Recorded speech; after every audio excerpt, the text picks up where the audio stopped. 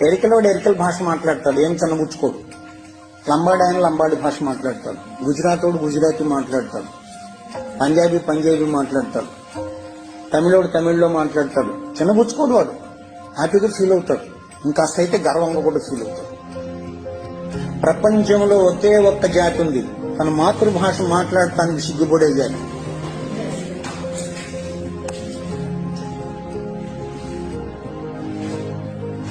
ఏం చేయలేం.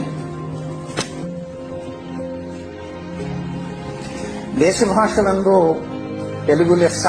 ఎక్కడో విన్నాం, కృష్ణదేవరాయల కాలంలో ఎవడో అన్నాడని ఆయన అన్నాడు. దేశ భాషలందు కాదప్ప, ప్రపంచ భాషలందు తెలుగు లెస్స.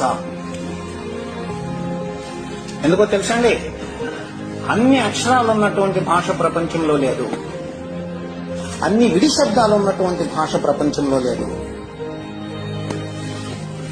అంత సుందరమైన భాష కూడా ప్రపంచంలో లేదు. అది నీకు అప్పనంగా ఊరికే దొరికింది. పాపం మన వాళ్ళు ఊరికినే దొరికి తీసుకోమని చాలా ధీమా కలిగిన వాళ్ళు కదా, దాన్ని వదిలేసి ఇద్దరు తెలుగు పంతులు ఇంగ్లీష్ లో మాట్లాడుకుంటారు, అది దయనీయమైన పరిస్థితి.